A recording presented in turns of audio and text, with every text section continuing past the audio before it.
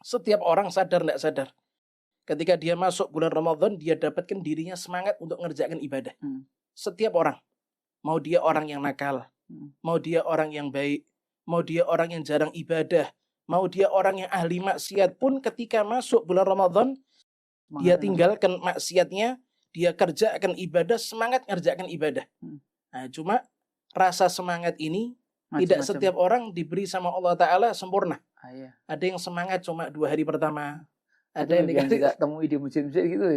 3 hari pertama aja terawih full. Oh, Masya Allah. Berikutnya mengalami kemajuan. Nah, itu di semua masjid kayak gitu. Habis. Zaman sekarang semua masjid seperti itu.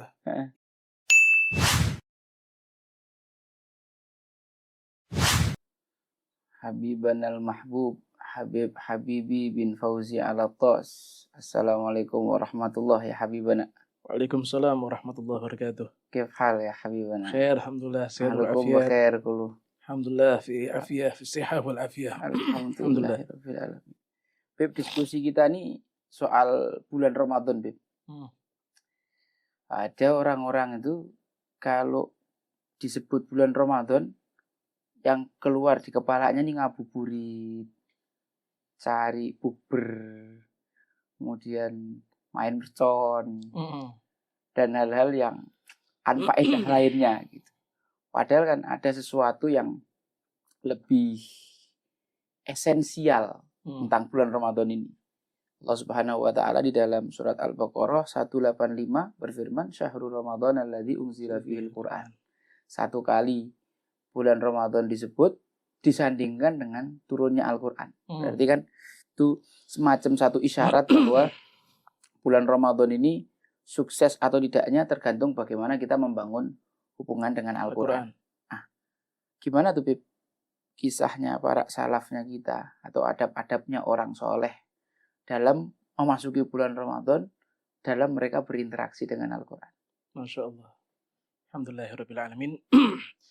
Jadi sebenarnya gini Habib, sejatinya itu manusia, kalau dia mengetahui bagaimana berkah yang Allah Ta'ala berikan ada di bulan Ramadan, dan juga pemberian-pemberian Allah Ta'ala yang ada di bulan Ramadan, maka orang itu dia akan minta kepada Allah, Ramadan bukan 1 bulan tapi 1 tahun. 1 tahun. Ya, Nabi mengatakan, "Lau ya'lamun nas ma fi Ramadan minal yumni wal barakah, la tamannau ayyakuna haulan kamila." Orang itu kalau dikasih tahu sama Allah Ta'ala berkah dan pemberian apa yang ada di bulan Ramadan, maka dia akan berkhayal, berangan-angan, Ramadan itu bukan cuma 1 bulan tapi 1 tahun. 10 tahun. Ini bagi orang-orang yang andai kata dikasih tahu sama Allah Ta'ala. Tapi realitanya di zaman sekarang, di zaman akhir ini, banyak orang-orang yang tidak tahu berkahnya Ramadan. Mereka tidak tahu apa pemberian Allah yang ada di bulan Ramadan. Akhirnya mereka ketika masuk bulan Ramadan, yang dipersiapkan bukan Al-Qur'annya, yang dipersiapkan bukan ibadahnya, tapi jauh-jauh sebelum masuk Ramadan mempersiapkan nanti mau buka pakai apa, sahurnya pakai apa. Iya, yang dipikir bumbu masak dan lain sebagainya. Iya, acara-acara yang berkaitan dengan bukber dan lain sebagainya. Iya, itu sebabnya karena orang-orang tidak ada yang tahu berkahnya Ramadan. Kalau kita ngelihat bagaimana perjalanan hidup orang-orang soleh terdahulu, Al-Imam Abu Hanifah. Imam Abu Hanifah, beliau dikatakan bahwasanya ketika beliau masuk bulan Ramadan, hubungan beliau dengan Al-Quran semakin erat. Sampai-sampai dikatakan beliau khatam Al-Quran di dalam bulan Ramadan 60 kali di siang hari, dan 60 kali ada di malam hari. Totalnya 120 kali khatam Al-Quran dalam 1 bulan Ramadan. Ya Allah. Ya. Begitu juga Imam Syafi'i. Imam Syafi'i radhiyallahu an, beliau itu setiap hari khatam Al-Quran 1 kali. Tapi kalau sudah masuk bulan Ramadan, maka beliau setiap hari khatam 2 kali daripada Al-Quranul Karim. Itu kalau ada yang menyebutkan bahwa Nabi SAW melarang orang itu khatam lebih dari 3 lebih atau kurang dari 3 hari, gimana, Beb? Yang bilang khatam Quran itu kan maksimal 3 hari sekali. Nah, itu kalau kita lihat pada zamannya Nabi itu, Nabi dan para sahabat, kelasnya para sahabat itu. Ya, tapi kalau zaman sekarang 1 kali khatam saja bulan Ramadan belum tentu zaman sekarang. Ampun. Iya. Hasil kita kalau lihat perjalanan hidup orang-orang soleh, mereka ketika masuk dengan bulan Ramadan, hubungan mereka semakin erat dengan Al-Quran. Begitu juga dikisahkan Al-Habib Abdullah bin Simthahir. Nah, beliau ini adalah pengarang daripada salah satu kitab yang sangat terkenal ada di Indonesia. Kitab beliau adalah kitab Sulamut Taufik, yang dipelajari ada di pondok-pondok pesantren ada di Indonesia ini. Beliau juga sama. Ketika beliau belum masuk bulan Ramadan, beberapa hari sebelum berjumpa dengan bulan Ramadan, beliau sudah kumpulkan anak-anaknya. Beliau sudah kumpulkan istrinya. Bahkan pembantu yang ada di rumah didudukkan juga sama beliau. Beliau tanya kepada istri, anaknya, dan juga pembantunya, apa yang akan ditingkatkan ada di bulan Ramadan. Akan khatam Al-Quran berapa kali. Iya, bagaimana nanti di bulan Ramadan sholat sunnah apa yang akan ditingkatkan. Satu persatu ditanya sama beliau. Bahkan pembantunya saja juga ditanya. Nah, ini semua mengajarkan kepada kita bahwasanya mereka orang-orang soleh itu mereka adalah orang-orang yang tidak mau luput dengan berkahnya bulan Ramadan. Iya. Berkah bulan Ramadan ini sangat luar biasa. Nabi katakan bulan Ramadan itu syahrun mubarak. Iya, setiap umatnya Nabi dapat berkahnya Ramadan. Iya, ada orang yang dapat berkahnya Ramadan banyak, ada orang juga yang dapat berkah Ramadan sedikit. Kita ambil contoh, Habib. Setiap orang sadar tidak sadar, ketika dia masuk bulan Ramadan, dia dapatkan dirinya semangat untuk mengerjakan ibadah. Setiap orang, mau dia orang yang nakal, mau dia orang yang baik, mau dia orang yang jarang ibadah, mau dia orang yang ahli maksiat pun, ketika masuk bulan Ramadan, dia tinggalkan maksiatnya, dia kerjakan ibadah, semangat ngerjakan ibadah. Nah, cuma rasa semangat ini tidak setiap orang diberi sama Allah Ta'ala sempurna. Ada yang semangat cuma 2 hari pertama.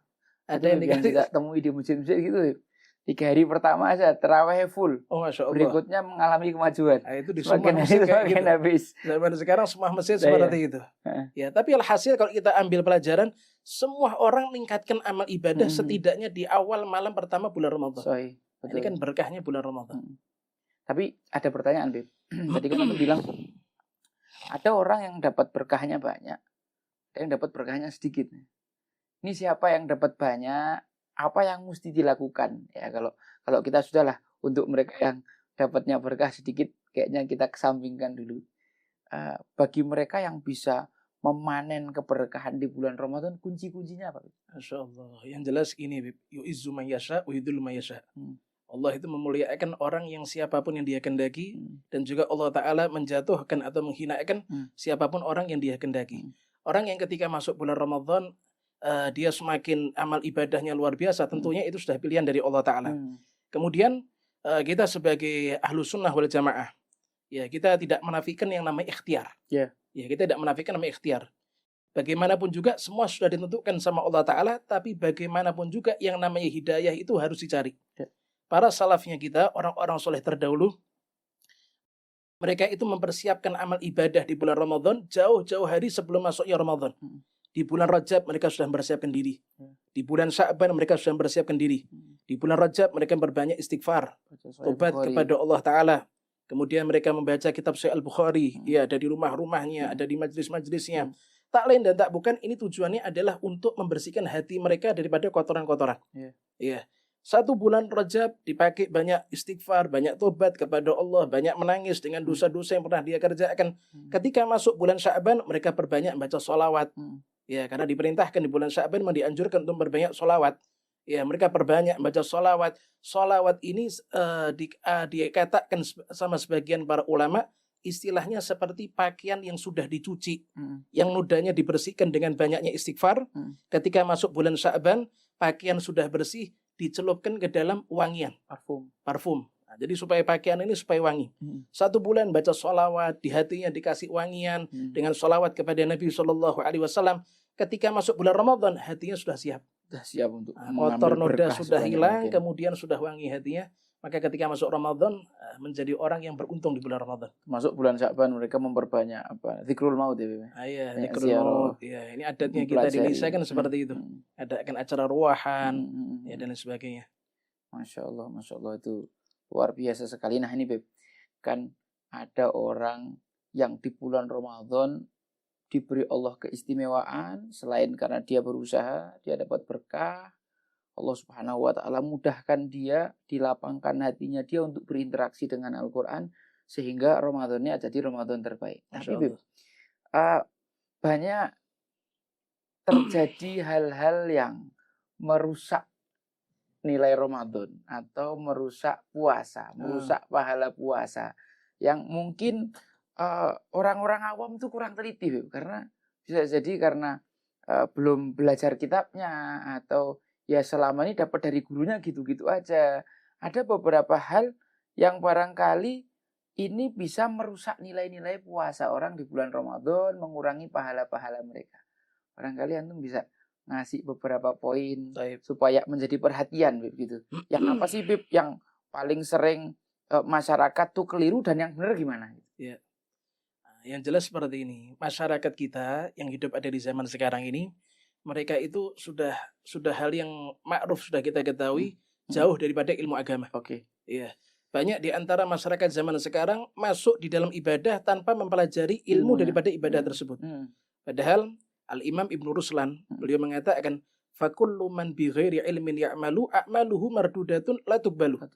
Ya, orang itu kalau dia mengerjakan suatu amal, mengerjakan suatu ibadah tanpa dasar ilmu, maka ibadahnya ditolak, tidak diterima sama Allah Subhanahu wa taala. Dan ini yang terjadi di zaman sekarang. Banyak orang-orang yang mengerjakan sholat, ternyata sholatnya itu tidak mencegah dirinya daripada perbuatan keji dan mungkar. Ternyata sholatnya bermasalah secara syariat. Begitu juga banyak pula orang-orang yang mengerjakan ibadah puasa, tapi ternyata puasa yang dia kerjakan tidak ada nilai pahalanya karena tidak sah sesuai syariat. Dia kerjakan perbuatan yang dia tidak mengetahui kalau itu membatalkan puasa itu sendiri. Nah, kalau boleh kita ambil contoh, ya permasalahan-permasalahan yang banyak terjadi di zaman sekarang, ya sebagaimana yang sudah kita ketahui dan dijelaskan ada di dalam kitab fikih, termasuk perkara yang membatalkan sholat, yaitu adalah masuknya sesuatu ke dalam rongga tubuh. Membatalkan puasa, masuknya sesuatu ke dalam rongga tubuh, yaitu telinga, hidung, kemudian mulut, kemaluan depan dan juga kemaluan belakang. Nah, di zaman sekarang banyak orang yang tidak mengetahui bahwasanya mandi yang dikerjakan ada di bulan Ramadan, mandi dikerjakan di bulan Ramadan itu sah-sah saja, tidak ada masalah sebenarnya. Tapi ada satu permasalahan yang banyak orang salah ada di dalamnya. Orang itu ketika kalau mandi, Beb, ya, orang itu kalau mandi sadar tidak sadar kalau dia guyur air ada di kepala, atau dia pakai shower ada di atas kepala, atau dia sampoan, itu sadar tidak sadar pasti air masuk ke dalam telinga. Nah, kita kalau habis mandi sampoan gitu biasanya kalau sudah keluar pasti telinganya basah. Nah, ini masuk air ke dalam telinga, ini juga bisa bermasalah dalam masalah puasanya kita. Bisa membatalkan puasa. Para ulama mereka menjelaskan kalau mandi yang dikerjakan itu adalah mandi yang diperintahkan. Mandi yang diperintahkan itu mandi wajib. Atau mandi yang diperintahkan itu mandi sunnah, seperti mandi di hari Jumat. Nah, orang itu kalau dia ngerjakan mandi wajib atau mandi di hari Jumat, mandi yang diperintahkan sama Allah Subhanahu wa taala, kalau dia ketika mandi dia gerujuk kepalanya, tidak sengaja masuk ke dalam telinga, tidak ada masalah, tidak batal puasanya. Karena mandinya diperintahkan. Iya. Nah, tapi ada juga orang mengerjakan mandi bukan mandi yang diperintahkan, bukan mandi yang ibadah. Mandi yang sifatnya ada. Mandi kepanasan. Mandi sifatnya kebiasaan. Panas. Ini mandi biar seger. Mandi biar badannya wangi. Kayak mandi pagi sore kan orang zaman sekarang kalau mandi kan pagi dan juga sore. Nah, ini kalau pas bulan puasa pagi mandi, siang mandi 2 kali, sore mandi biar total berapa kali? Tahu 4 kali. Total berapa kali? Lebih banyak dari sholatnya. Ya, lebih banyak dari sholatnya. Nah, maaf. Orang kalau dia mandi dengan mandi yang kebiasaan seperti ini, ketika dia mandi tidak sengaja masuk air ke dalam telinga, maka batal puasanya. Walaupun tidak sengaja masuknya. Nah, berarti kalau boleh anak garis bawahi, Beb, ya. Kalau mandinya mandi hari Jumat, atau mandi junub, mandi janabah, guyur kepala, sampoan, tidak ada masalah. Asalkan tidak disengaja masuknya. Tapi kalau mandinya biar seger-segeran, atau mandinya untuk membersihkan badan, maka kepala jangan disiram dengan air. Jangan siram boleh. Nah, cukup badan ke bawah saja. Berarti benar guru-guru SD kita dulu. Artinya kita dulu tidak paham gitu. Dalilnya gimana? Kok renang batal? Iya. Renang batal kan? Karena kemungkinan besar air masuk. Iya, kemungkinan besar masuk mulut. Iya.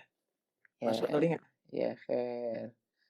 Ini orang tidak paham ini. Iya. Ini perlu untuk diluruskan. Terus soal misalkan orang kumur-kumur Ustaz, atau sikat gigi, itu gimana Ustaz hukumnya? Kumur ini kumur untuk apa? Kumur wudhu atau kepengen mulutnya biar seger? Biar tidak sengaja ada yang masuk ini. Iya. Orang itu kalau dia kumurnya itu di dalam wudhu. Ya, apakah orang puasa itu tetap disunahkan kumur ketika dia berwudhu? Tetap disunahkan. Nah, akan tetapi kumurnya tidak sampai ada di dalam sini. Nah, tidak sampai mubalaghah. Nah, kalau selain orang yang puasa sunnah kumur itu sampai mubalaghah dari sini. Tapi bagi orang yang puasa tidak disunahkan sampai mubalaghah. Iya. Nah, ketika dia kumur mengerjakan wudhu tidak sengaja ada yang masuk, kumur 3 kali yang keluar cuma 2 ini. Wah, ini dah batal asli ini. Ini kalau dia sengaja batal. Tapi kalau tidak sengaja tidak batal. Oh gitu. Kalau sengaja tidak batal. Kalau dalam wudhu. Ini kalau kita berbicara dalam masalah wudhu ya. Kalau di luar wudhu, mau sengaja tidak sengaja batal. Karena kumurnya bukan kumur yang diperintahkan. Itu masalah kumur.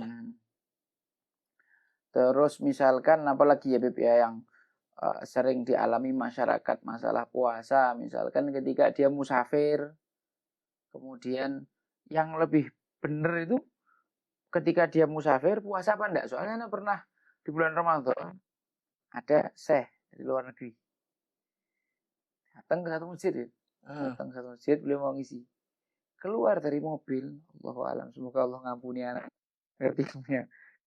Tapi di depan jamaah yang orang awam yang nggak ngerti ini. Masya Allah. Mungkin beliau tahu ilmunya, tapi kan kita nggak ngerti. Ini gimana sebenarnya statusnya musafir tuh, yang dibolehkan tidak puasa yang mana, yang dibolehkan puasa yang mana, gitu. Baik.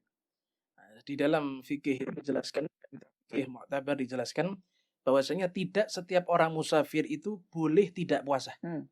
Tidak setiap orang musafir. Hanya orang musafir yang memenuhi kriteria yang diperbolehkan dia untuk tidak melaksanakan ibadah puasa. Nah, siapa musafir yang diperbolehkan tidak puasa? Ada 2 syarat. Nah, syarat yang pertama, safarnya atau bepergiannya harus bepergian yang jauh. Nah, dikatakan bepergian jauh itu kurang lebih 82 km. Ya, bepergian 4 yang burut ya? Apa? 4 burut. Ada 2 marhalah. 2 marhalah. 82 km. Bepergian yang diperbolehkan untuk qasar sholat. Nah, itu yang pertama syaratnya. Itu diperbolehkan. Nah, syarat yang pertama itu. Iya. Berarti kalau di bawah 82 km tetap wajib puasa. Ini syarat yang pertama. Kemudian syarat yang kedua, yang musafir diperbolehkan untuk tidak puasa, yaitu dia keluar dari batas kotanya. Dia keluar daripada kotanya sebelum terbitnya fajar atau sebelum adzan subuh. Nah, ya. Kalau dia keluar batas kotanya setelah terbitnya fajar atau setelah masuknya waktu subuh, maka hari itu dia wajib untuk melaksanakan ibadah puasa. Nah, kalau boleh digambarkan, gambarannya seperti ini. Kayak misalnya di akhir bulan Ramadan ada orang mudik. Ya, ada orang dia mudik, dia berangkat, dia dari Jogja mudik ke Jakarta misalnya. Nah, mudik ke Jakarta, dia naik kereta misalnya. Nah, dia berangkat dari stasiun misalnya jam 3:30. Ya, jam 3:30. Adzan sini jam 4:30 sekarang. Nah, 3:30 dia berangkat, naik kereta. Ketika adzan, dia sudah ada di luar kota misalnya. Masuk subuh sudah di luar kota dia. Maka bagi orang ini, karena bepergiannya jauh pertama, kemudian dia sudah keluar dari batas kotanya sebelum terbitnya fajar, hari itu boleh untuk tidak puasa. Nah, tapi tentunya kalau puasa tidak memperberatkan dia, lebih afdol dia kerjakan puasa. Walaupun diperbolehkan untuk tidak mengerjakan ibadah puasa. Nah, ini perginya sebelum terbitnya fajar. Beda lagi kalau misalnya ada orang mudik di zaman sekarang, berangkat naik kereta jam 6 pagi. Ya, jam 6 jam 7. Nah, jam 6 pagi dia berangkat. Ya. Maka hari itu wajib dia untuk melaksanakan ibadah puasa. Nah, jadi tidak setiap orang musafir boleh untuk tidak mengerjakan ibadah puasa. Musafir yang memenuhi 2 syarat ini baru diperbolehkan untuk dia tidak berpuasa. Dengan catatan selama tidak memberatkan. Tidak tapi kalau kemudian nanti dia di tengah jalan mengalami berat, mungkin kan dia mudik bareng-bareng, istri, anak, bawa barang banyak, panas, keretanya ekonomi, ya kan? Itu dia ngerasa berat, berarti boleh ya, Bebe? Berat ini gini, Bebe. Bukan berat ini lapar, haus. Setiap orang puasa ya pasti lapar, pasti haus. Ya, berat itu yang diperbolehkan untuk membatalkan puasa. Ketika dia sampai pada batasan tidak mampu untuk melanjutkan puasa, itu kalau dia paksakan puasa bisa membahayakan dirinya. Oh, itu yang baru boleh. Itu baru boleh dia. Tapi kalau aduh ini capek, lapar, haus, ya setiap orang puasa lapar dan juga haus. Ini pertanyaan.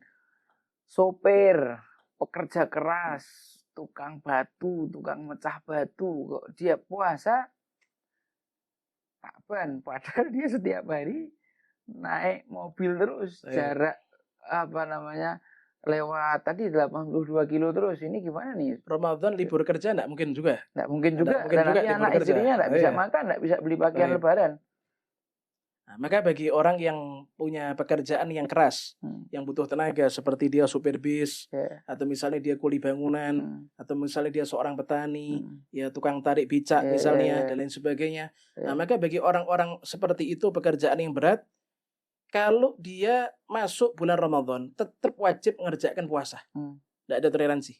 Tetap wajib kerjaan puasa. Ya dia niat ada di malam hari seperti orang-orang pada umumnya. Kemudian dia puasa, dia sahur ada di sebelum fajar. Kemudian dia puasa seperti biasa. Akan tetapi la yukallifullahu nafsan illa wus'aha. Allah tidak mungkin membebani kepada suatu jiwa kecuali semampu daripada jiwa tersebut.